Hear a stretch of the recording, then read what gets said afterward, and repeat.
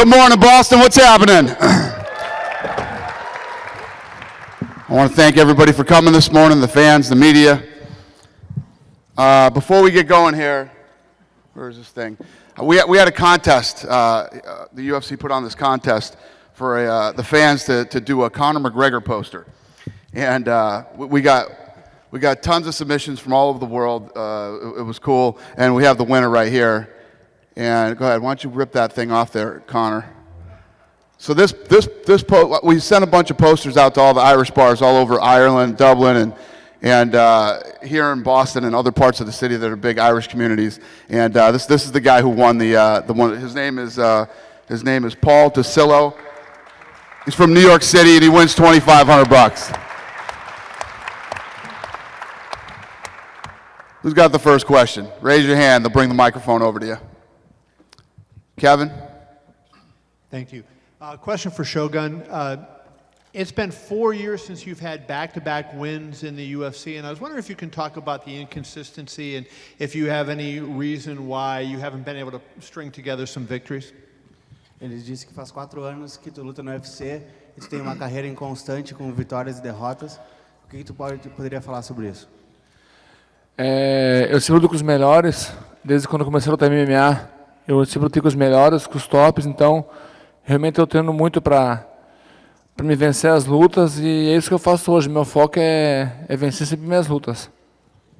I think part of that is because I'm always fighting with the best ones in the world. Since I started my career, I always fight and face the top guys, and I'm always training to do my best there. I was looking for the victory. And do you feel at all like you feel the toll from all the years of fighting against very tough guys that has taken on your body? Is there anything that you're limited in doing because of that? Ele perguntou se, por todo esse tempo tu ter lutado lutas duras com caras difíceis, se tu acha que teu corpo está sentindo isso, tem alguma coisa que hoje tu tem limitação de fazer? Não, meu treino, o que eu faço hoje eu fazia há 10 anos atrás e o MMA realmente muda. O esporte evolui, então eu tento buscar essa evolução também como atleta. You know, today I'm still doing everything that I was able to do when I start. The sport grows a lot, and I'm trying to follow the evolution of the sport and evolve as a fighter as well. Hey guys, Ron Kruk with Inside MMA. Thanks for the time. Another question for Shogun Hua. Shogun, your opponent, Chael Sonnen, is known for his spectacular trash talking, and besides some poetry, he's been relatively quiet. Are you surprised he hasn't done more trash talking going into this fight? O Chael Sonnen é muito famoso pelo jeito dele de falar, do trash talk. Apesar de ele ter feito o poema para ti, te surpreendeu que ele não falou muita bobagem sobre tu? Não, o Sonnen sempre mostrou um respeito comigo, mesmo antes de marcar essa luta, e ele sempre me respeitou, e ele falando bem de mim ou mal, para mim isso não muda nada.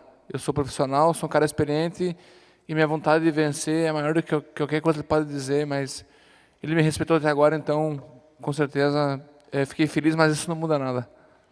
No, that didn't surprise me, because Sonnen always respect me since the beginning of my career, since before we fight. He always showed me a lot of respect. And even if he start talking, that's not going to change anything. My desire for the victory and for the win will be the same. I'm an experienced fighter, and that doesn't change my mind. And one more follow-up for Shogun. If you do get by Chael Sonnen, where do you feel that puts you in the division? Sorry, can you repeat the question, please? In the rankings, the light heavyweight. He's like, where would this fight put him? Where will this fight take him if he wins this fight? Rank number 8. E se tu ganhar essa luta, onde tu acha que tu vai estar dentro da divisão? Eu encaro essa luta com o Sonnen, é uma luta que eu quero muito vencer, e o meu grande sonho é conquistar o segundo UFC, então eu sei que para mim ter essa chance eu tenho que passar pelo Sonnen, então com certeza meu foco hoje é 100% o Sonnen, e meu objetivo hoje é vencê-lo para no futuro poder conquistar o cinturão, que é a consequência das minhas vitórias, isso. My main goal today is get back to the belt, to the title shot, and I think this victory over Sonnen will be the first step. Right now, I'm really focused on this fight and really focused on getting back on the track. I think my opportunity for the title shot will be the result of my fight, so that will be the first one. Thank you.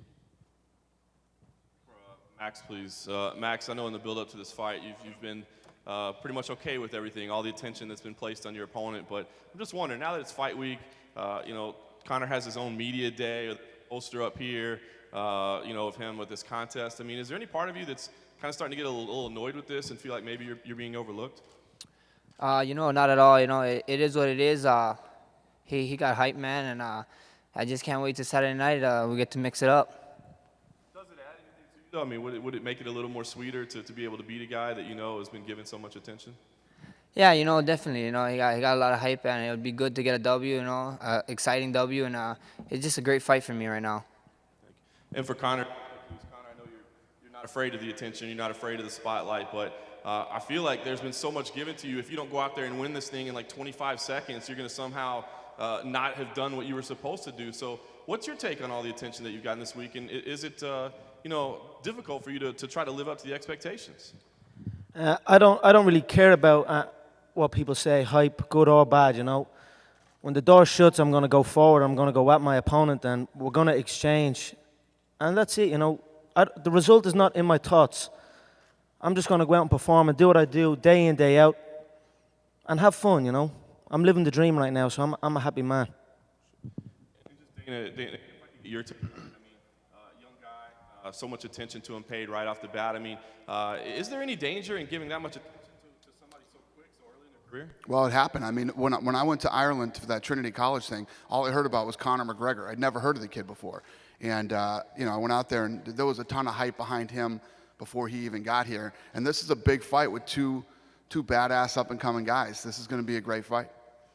And just finally, Michael Johnson, if I could please. Michael, we all know how popular Joe is here in his hometown. You get a call to make that fight. Do you have any second thoughts? Like, am I the guy that's being brought in to put on a show for the hometown? Absolutely no second thoughts. The first thought was I'm excited to get this fight. I wanted to fight Joe for a long time, and now finally getting this in his backyard, is great for me. We're definitely going to go out there and put on a fight, and it's just, no pressures on me. He's expected to come in here and run right through me, but it's going to be a little bit different Saturday night. I haven't been sitting on the couch watching TV for the past 3 months. I've been in the gym working my ass off. This is a huge fight for me, so, it's all or nothing. And the back-to-back losses, obviously the difficult coming off that. Do you let that think about that at all? Like, hey, could this be my UFC life right here, or do you let that factor into it? It doesn't factor into it at all, man. Those losses are right out of the window as soon as they happen. The thought is, going into this fight with Joe, there's no thought about those last two fights. They're over and done with, and he's in front of me, and that's what I got to do. Chael, can I get your thoughts on 3 cliches in the fight world? Yep. First, never leave it in the hands of the judges.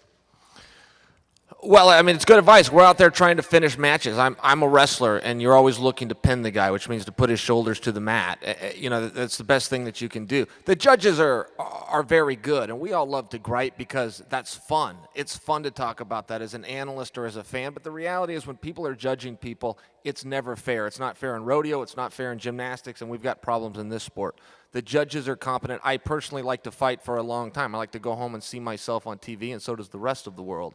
So I'm not in any big hurry out there. But if you can finish a fight, finish it. And number 2, styles make fights.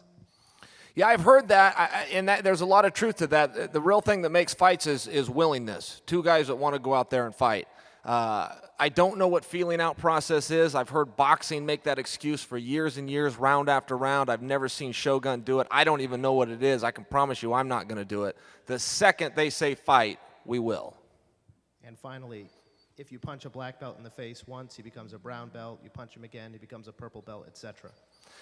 That was coined by a gentleman who deserves respect. His name is Hickson Gracie, and I'm not going to argue about what he said. I think it's probably a true statement. I've heard Hodger Gracie say the same thing. Question for Max. Have you had a chance to study Conor, and do you think he is deserving of all the attention that he has received?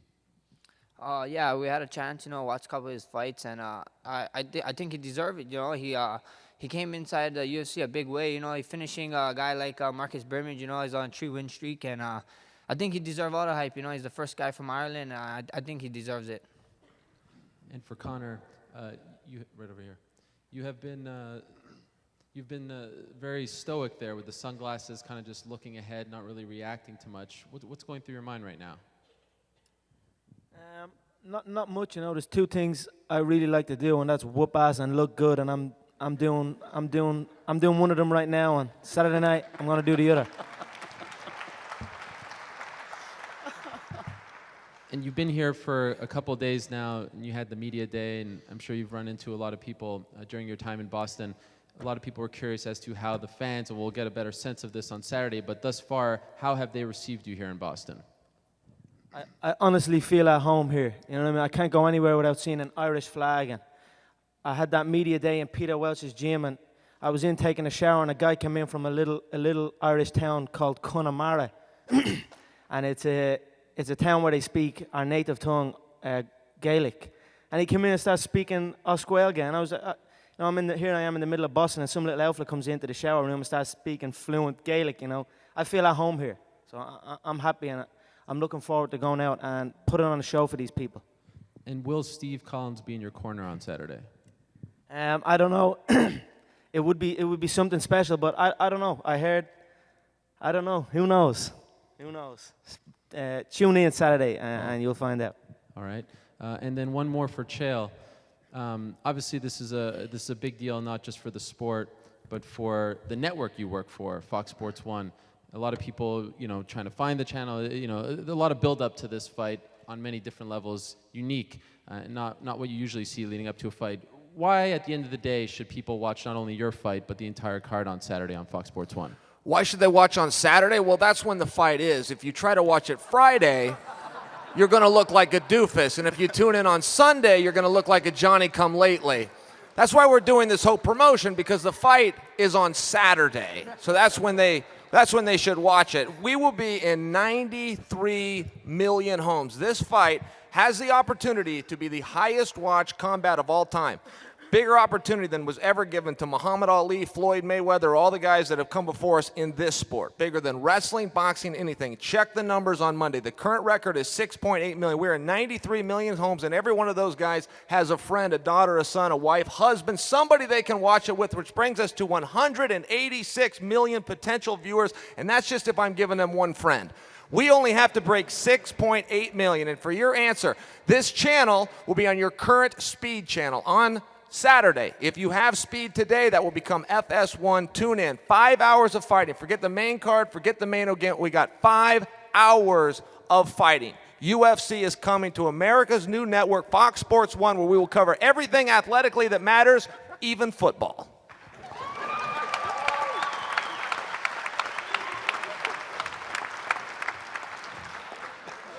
Thank you, Chael. And one last one for Michael Johnson. As of late, the Black Zillions have been on a bit of a winning streak with some impressive wins over the last couple weeks, and it was a hot topic to discuss the losing streak just a few months ago. Have you noticed that less people are talking about the winning streak, and is there good vibes in the gym? Are you noticing that guys are a lot more motivated and spirits are maybe higher than just a few months back when maybe the team was in a rut?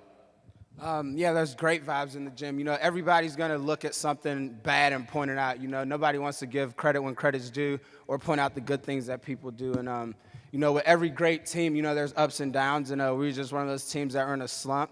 And now, we're getting our wins back on at World Series. Sorry if I shouted those out. But, we had some guys that got some win on there. Rashad just had a big win. So, Vitor's been winning. So, we're back on our streak and things are rolling. Losses come and go. It's just how you bounce back from them. And, we're ready to keep this streak going. And question for Dana. I think I just read a headline this morning. I think it was from an MMA fighting, possibly an aerial video. But I think you compared Conor McGregor's debut to Brock Lesnar's in terms of the amount of attention that it had gotten. Did I? Well, I don't know if I said that. I mean, it seemed a little bit. Yeah, that's a bit of a stretch. Yeah. I had a couple beers last night over at that place we were at hanging out. So I don't know if I exactly said that, but yeah, there's been a lot of hype for this kid. When I was in Europe, everybody knew him. Everybody was talking about him, and How do you measure that? Like the amount of hype, is it about tweets? Is it about people asking you? Is it a combination? yeah, I mean, when a lot of people are asking me about one guy that I've never heard of, I'm curious. And when I was there, I thought he was a heavyweight. The people were talking to me about him in Ireland and in England. I thought he was a heavyweight. And then when I met him, the kid's a tough kid. He's a tough kid, great personality. A lot of people like him. Like Max said, this is the first kid out of Ireland since like Wayne McCullough and Stevie Collins, guys like that. And speaking of heavyweights, you have Kane JDS 3 a couple months from now. You got Roy Nelson, you got DC. Josh Barnett comes back to the promotion at the end of this month. Fabricio Verdum. Where do these guys fit in the heavyweight picture? Yeah, no, this is a big fight in the heavyweight division between both these guys. I mean, obviously, Alistair Overeem's been a guy in the division for a long time, and Travis Brown. This is a big opportunity. Opportunity for Alistair to get back on track toward the heavyweight division, and a big opportunity for him to derail Alistair Overeem and start getting the respect he deserves. Could one of these guys get a title shot with an impressive performance? I hate these questions. Ask them anyway. They got to fight on Saturday, and we'll see what happens. Okay, thank you.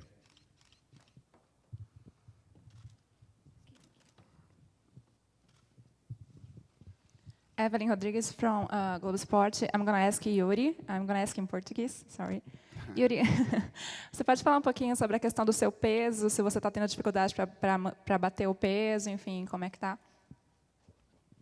Não estou bem. Faltam 4 quilos só. Não estou tranquilo, estou concentradíssimo e vou bater o peso amanhã. Shogun's guy, would you?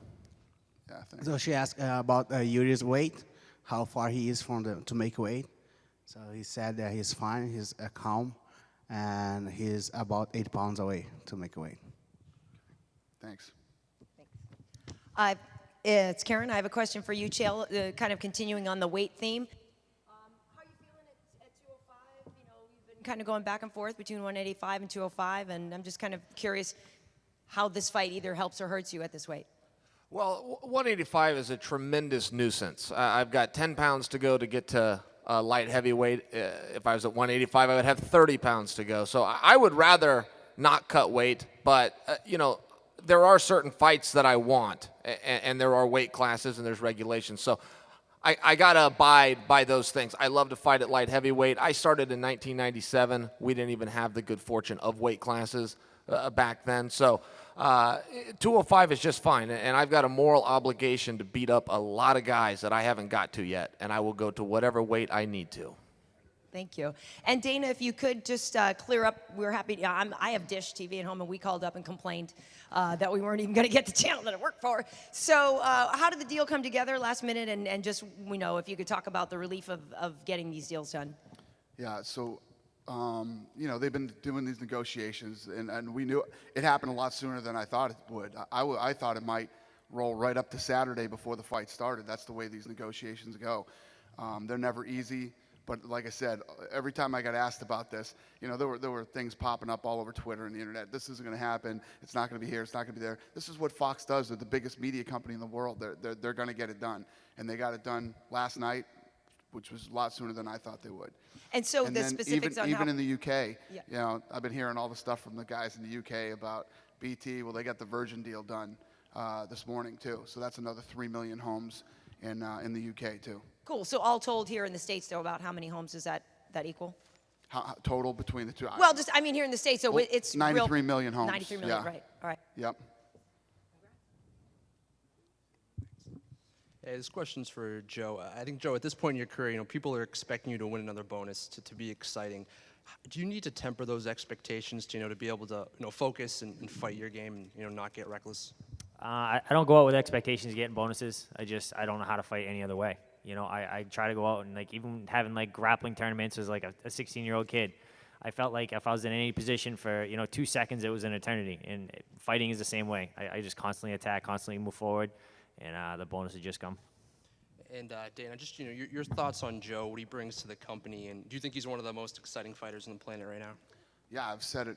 I've been saying this now for 2 weeks. Everybody keeps asking me about Joe, especially since I've been here. You know, the guy's won. I can't remember if he's won more, Silva's won more. He's neck and neck, and you know, it's just that says it all. I mean, all you have to know is how many Fight of the Night bonuses the kid has won, and if you've never seen Joe Lozon fight, you get a good idea. You know, he's a great guy, smart guy, great ambassador for the sport, and he goes out and does it.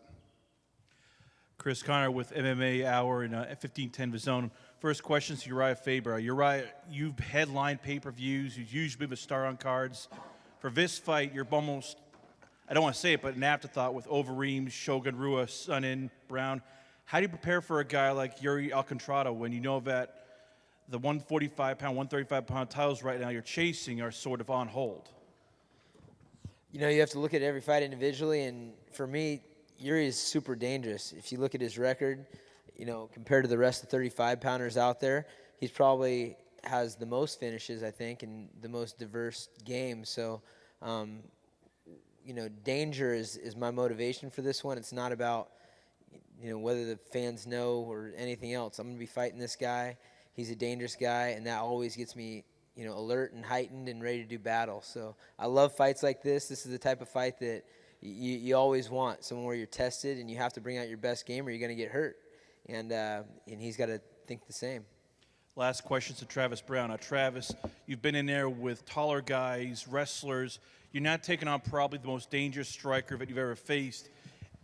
How do you prepare for a fight like this against a guy you know with one punch can literally take you out?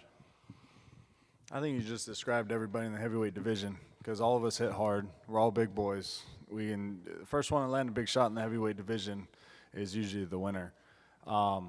He does bring a certain set of skills to the table that you have to be aware of, but this is an MMA fight, so it can go anywhere at any time. And you know, I just look forward to competing against Alistair and to coming out on top come Saturday.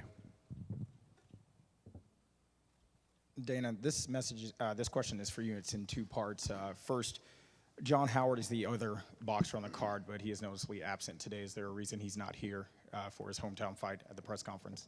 Yeah, I mean, this is one of those rare cards that I could have, you know, tried to make this table a lot longer and brought everybody in here. It's a stacked card from the first fight to the last fight, so there's only so many guys you can really bring to the press conference. Second part of the question is I interviewed Councilman Murphy yesterday on 1510 AM, and he said that he did wish the event well for the city of Boston. Oh, yeah, TD yeah, Garden. I'm sure he did, yeah. And Yeah. what are kind of your thoughts on that after obviously the hearings? Well, that's nice of him. He's been really good to us since we've been here, so I appreciate it. I also heard an interview last night with him where he said, you know, I was making these cockamamie statements like he knew anything about the Las Vegas Culinary Union. He's lying. He's a typical lying politician is what he is. At that hearing he had, there were 25 members of the union there. Coincidence? He didn't know any of them. He hadn't heard the story about the Fertitta brothers and Station Casinos. It's crazy, man. It's when I come back east and have to deal with these blatant lying politicians, it's unbelievable. The same stuff we're going through in New York. Everybody knows why we're not in New York, and it's one guy who's making it happen. And everybody knows what's going on with this Murphy guy. This Murphy guy is with the union, and he's trying to make this 18 and under, like 18 and under can't come to a UFC event. Social Security number, all the things that we've had to go through. Chael not getting licensed, but he's licensed in every other state in the country and in other countries. You know, it's just ridiculous. Dana, you said back in Trinity that when you first came to Ireland in 2009, there was going to be an explosion, and 3 years later you signed Conor McGregor. Now that you have a load of fans telling you about European champions like Cathal Pendred and Neil Seery, are you more inclined to listen to them after the impact McGregor has had in the UFC? Well, I hear about people every day, man. I mean, I get coaches and friends and all this other stuff telling me about this guy's great, this guy's going to be the next world champion, this guy's going to be this. You know, Conor McGregor, all the things that I said about Conor McGregor are true, but, you know, this is Conor McGregor's second fight in the UFC. We still got some work to do. the TV deal for us in Ireland and in the UK has been sorted, and you said that was the main block about bringing a card back to Dublin. What is the sort of timeline for that now? We think maybe that if Conor wins the weekend, you might try get him on Manchester or even hold off till early 14 for Dublin. No, yeah, you're right, and I'm happy that this, this BT. I know in the beginning when change is always hard. We've been working so hard on this deal in the UK, and it's finally coming together now. This whole thing's coming together. Our plan is coming together out there, and yeah, now that we got Virgin, and we're going to be doing a lot more fights out in the UK. It's going to change the landscape of everything out there, and all the people that are, there's still people that are complaining out there. Well, we got to pay for BT. Welcome to the rest of the world, UK. The United States has to pay for fights too. I mean, that's the way this thing works. The difference in television deals is, you guys had this channel that we were on before, where programming was on at 3, 4 o'clock in the morning. Now with this new BT deal, these guys are they invested in the sport, they invested in this brand. They're going to be pumping out tons of amazing content on that channel. It's going to be so much better for you guys in the UK. It's still a little bit better than over here because we only have to pay €20 a month as opposed to pay-per-views. Exactly. But just finally, one thing for Conor. A lot of fighters this week have been big fans of you, and they're telling us how much they're looking forward to seeing you fight. Are there any fighters in the UFC in particular that you're a fan of and you can't wait to see fight? Yeah, I'm a fan of a lot of these guys. There's about 300 guys on the roster. I mean, but in all honesty, there's about 200 rookies in my eyes, and no matter what anyone says, whether they're a fighter, whether they're a fan, whether anything, nothing changes for me. I'm going to enter the contest open. I'm going to be creative. I'm going to go forward, I don't care what people say, good or bad. And the support is always great, and I'm happy to get it. But I'm just here doing my thing, you know what I mean? And nothing else comes into the equation. Dana, Garrett Quinn, Reason Magazine. This is for Dana White. You've been pretty critical of Boston as far as a host for UFC fights. How much of that sentiment is related to the issues with the culinary union? 100%. 100%. I've never been critical of this town. I love this town. It's always fun for me to come back here and exciting. I got lots of friends here. It's one of the greatest cities in the world to hang out and whether it's sightseeing, eating, or whatever else it might be, it's a great city. But all I've been talking about and what I've been critical of is this culinary union bullshit that's going on since the day this fight was announced. It's like, first of all, anybody who's here from Boston, and I don't want to sound like I'm dogging the other sports or anything, but for them to try to impose this 18 and under and all the other things, I'm sure a few people here have been to a Red Sox game before, right? Red Sox versus the Yankees. You ever seen what goes on at a Red Sox-Yankee game? That stuff doesn't happen at UFC fights, right? The Aaron Hernandez thing that just happened, Chael Sonnen said some mean things to somebody before he fought him. This is the fight business. That's how it works. So what, does Boston never want to have a boxing event here either? There aren't too many big, major combat sports events that come to the city. We're it. And, because of what makes me sick about the whole thing is this isn't about Boston. This isn't about the sport of mixed martial arts. This isn't about the UFC. This is about a battle that's going on in Las Vegas between the Las Vegas Culinary Union and Station Casinos. And because these unions are so strong back here on the East Coast, the fact that a Las Vegas problem could then become a Boston problem is just, it's wrong. After, I know you mentioned New York earlier. After Boston and New York, is there anywhere else where you've really encountered this much resistance? Never. We've never had anything like this. Yeah. The unions are nasty, man. These guys are dirty. They don't care. There's this attack going on. They're attacking us, and it's just so. If you look at all these other sports, for instance, I'll tell you this: the Social Security problem we had. Like, guys coming from foreign countries have to have Social Security numbers. If they had Social Security numbers, they'd be American citizens, wouldn't they? I mean, it really makes no sense. Hockey players are from Canada, Russia, and many other countries. They're baseball players from Dominican, Puerto Rico, and other countries. They play baseball here, but our guys come in from other countries and they have to jump through all these hoops and have Social Security numbers and all this crazy shit. It just makes no sense. Question for Joe, straight ahead. A lot of talk has been about the bonuses and whatnot, especially how you're at the top of the leaderboard heading into this fight. But according to Fight Metric, and I want to get this right, you currently have 8 submissions. If you have one more, you'll have the most in lightweight history. And if you get any kind of finish on Saturday, you'll pass BJ Penn for the most finishes in the 155-pound division. Did you know that? I had no idea, but I'm hoping not to, piss off BJ too bad, my boy. But no, I didn't know that. I honestly, I don't even keep track of what I have for bonus. I know the number's 12, but I couldn't tell you how many were fight of the night, how many were submission. I got a lot of them, and I'm gonna get another one on Saturday. And then one question. A question for Alistair. We've been up here for talking to the guys for 30 minutes or so, and unless I blanked out, I don't think you've been asked one question, which is a big change from your first fight in the UFC and your second fight where you were kind of the star of the show. Have you noticed that you're kind of flying under the radar here? And I kind of actually like it a little bit. Why is that? Well, I mean, I don't have to think too much. I'm just observing a little bit. Paying attention to the new rising stars.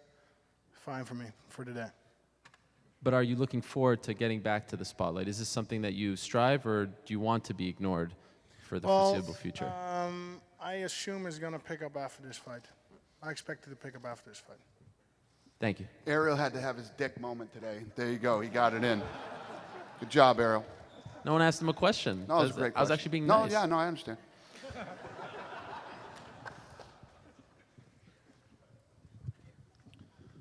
I have a question for Max. Just wondering if you could talk us through your thought process in taking the fight on short notice.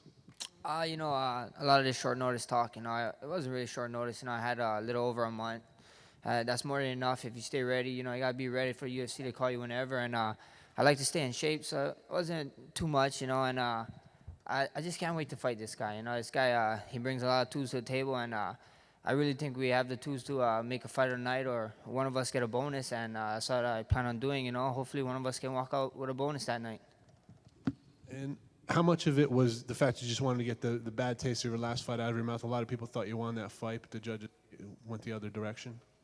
Nothing really. After my last fight, I kind of pondered on it like 2 days, and then kind of got over it. And it is what it is. This sport had a lot of bad decisions before me. So there's nothing to hold my head down about it. Just can't wait to get back in there. I got a bright future at the UFC, and I can't wait to start Saturday again.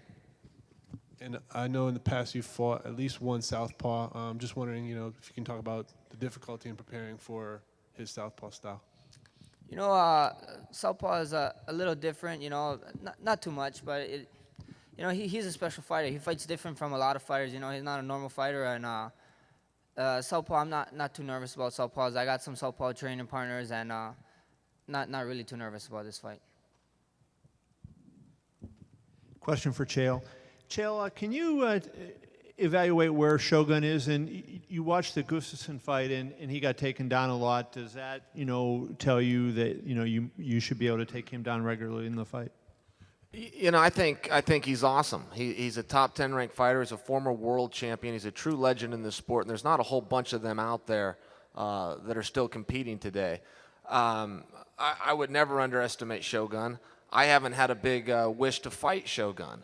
Little nerd said that he was going to do this fight, pulled out like he always does, coincidentally after the posters, press releases, and free marketing all got done. I'm from a different time. I'm from a time where your word meant something. I'm from a time when you sign a contract, you show up for work whether you feel like it or not. This guy called in sick like he always does 3 weeks in advance.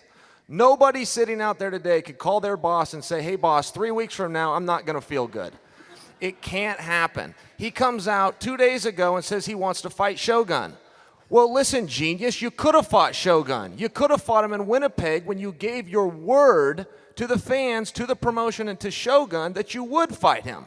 The number one rule in show business, and you saw it here with all the hurdles that our leadership had to get through, the show must go on. Every time Little Nog or Vitor Belfort signs a contract, I go into training camp because I know an opportunity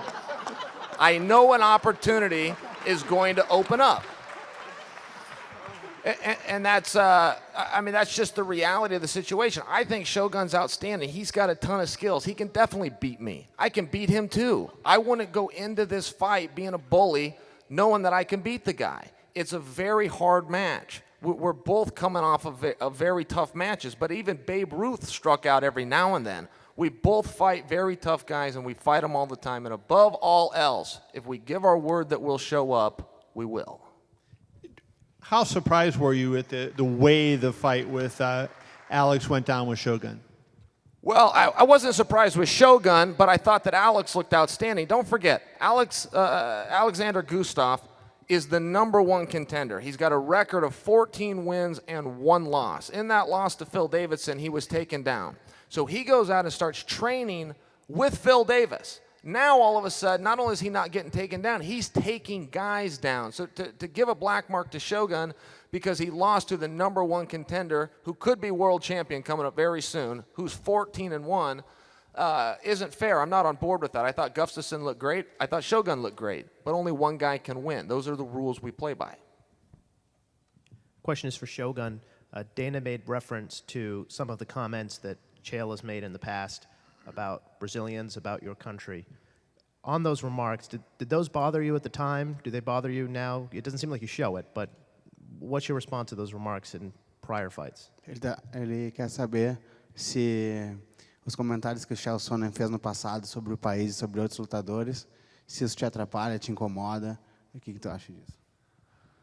Eu acho que ele falou muito mal do Vanderlei, que o Vanderlei é muito amigo meu e do meu país, então com certeza isso é uma motivação. Mas essas coisas assim eu tento não me preocupar assim, eu tento focar nos treinos e para chegar na luta 100%. Então, com certeza isso me incomoda. Ele fala do meu país e do Vanderlei Silva. The only thing that bothers me is when he talks about my country and my friend Vanderlei. But I try don't get too much involved on that. I try to keep my focus on my training so I can make sure I'm going to be 100% ready for the fight. Dana, I know a lot of the media know why, but can you explain to the fans why that you won't negotiate with the culinary union? Because you want New York, you want to come back to Boston. These guys seem to be the biggest problem. Is there ever a thought of, we'll do business, just so we can get New York and Boston, not have to worry about you guys? It has nothing to do with me. This is a fight with Station Casinos. I have nothing to do with Station Casinos. Frank and Lorenzo own Station Casinos. That's their business, not mine. The two companies are completely separate. And why would they negotiate with these dirty, they're bad guys. The way that these guys have conducted and handled themselves, it's one thing if you want to go in, and you want to create a union, you start talking to employees and trying to get a union. These guys resort to dirty tactics, going after a company and a sport and trying to affect other people's livelihood. There's 475 guys on this on our roster that make a living for their family. There's 250 employees at Zuffa, and that's not including all the people that we hire in all the different countries and states we go to, and most of them are union members. Most of them are union people. So they're trying to affect the livelihood of all these other people to get what they want, which is Station Casinos, which would be another $10 million a year to them. $10 million a year to them. And they're spending their union members' dues to try to hurt another company or try to hurt, stop a sport from coming to a city like this or New York, and the list goes on and on. Fuck them. Yeah. Final questions for Chael Sonnen. Chael, you've done this for a long time. We've seen Chael Sonnen perform. We've also seen you as a coach. When do you see yourself stepping away, becoming just a broadcaster and a coach and no longer a fighter? Well, broadcasting is a lot of fun, but there's a lot of guys that can do what I do. There's a lot of guys that can watch fights and sit and talk about them. There's not a huge opportunity to get in the ring and to compete, for myself included. I'm 36 years old now. I'm very fortunate to still be competing at a high level. I'm very fortunate, in the practice room, I'm pushing just as hard as I always have, and I haven't reached my goals yet. I got a lot of goals in this sport, and one of the things that I really admire in athletes is longevity, somebody that can extend their career. And I have goals to do that, but at the same time, I got my eyes straight down. I'm not looking ahead. It's one day at a time, one workout at a time, one fight at a time. So I don't know the answers to those questions, but I can assure you I'm not slowing down. I can run 3 miles faster now than I've ran it before in the past. And, I think workouts are really important. It's easy to get motivated on fight night, but it's tough to get in the gym twice a day. I never miss practice.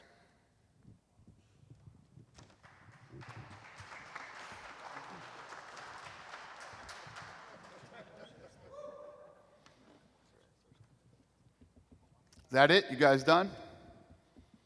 All right. Thank you so much for coming, everybody. I'm going to get these tables out of here, square these guys off. Thank you.